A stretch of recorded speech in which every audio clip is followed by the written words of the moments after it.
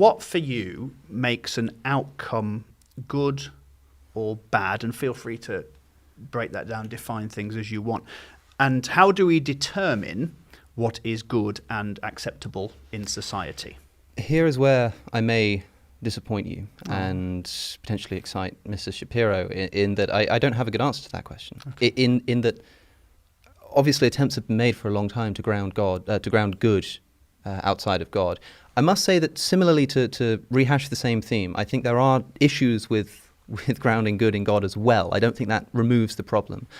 I don't quite know what good is if it indeed exists. I'm quite suspicious of the concept. I think it might be another one of these unfortunately quite nihilistic evolutionary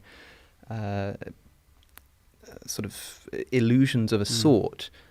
I guess I ascribe to emotivism more than anything, which has sort of gone out of fashion in the past decade, but I think still has some truth to it in a sense. It's more of a philosophy of language than it is a philosophy of what good and bad actually is. What I do know, however, is that there are problems, I think, with trying to ground morality in the existence of a God, especially if it's done so on the grounds that it essentially can't be done anywhere else. I mean, as far as I'm concerned, the religions of the world are false. I think that they are incorrect. That is, I don't think there really is a supernatural authority. And what that means is that the inventions of religious morality are just those, inventions, and inventions of a human mind.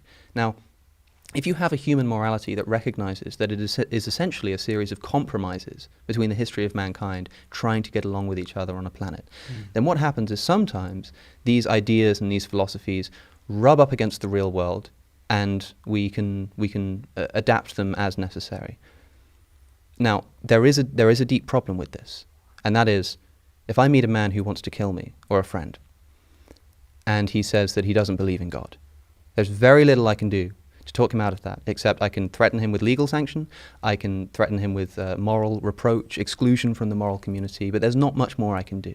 However, if a person says that he wants to kill me, and he believes that he wants to kill me because God has told him to do so, then I don't even have that minimal reproach available to me, because there is no law written by any man of any time that could ever count one iota against the dictates of the creator of the universe. Therefore, if that God in fact does not exist, and if these moralities are in fact human inventions, then what you have in the grounding of an ethical system in the dictates, allegedly, of the creator of the universe is all of the arbitrariness and subjectivity and failure and faults of nihilism and human invented morality, with all of the certainty and all of the faith and all of the unanswerability of the creator of the universe. That to me seems a dangerous cocktail that we drink at our peril.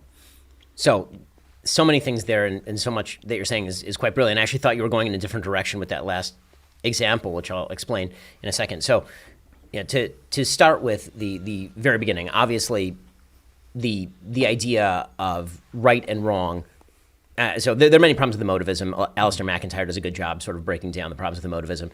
But the sort of idea that there have to be certain moral absolutes that are beyond contention, and those moral absolutes have to be universally accepted.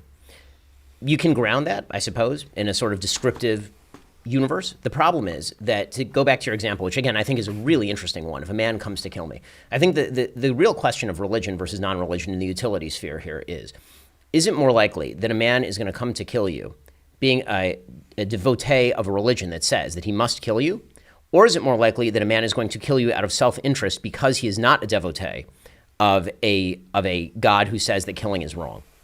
So if you are faced with these two alternatives, to kind of remove your example one step, the question is why the man has come to kill you. I mean, that's your premise is the man has come to kill you because God told him to, and so he can't be dissuaded by force. Agreed. We see that full scale in the real world on a fairly regular basis.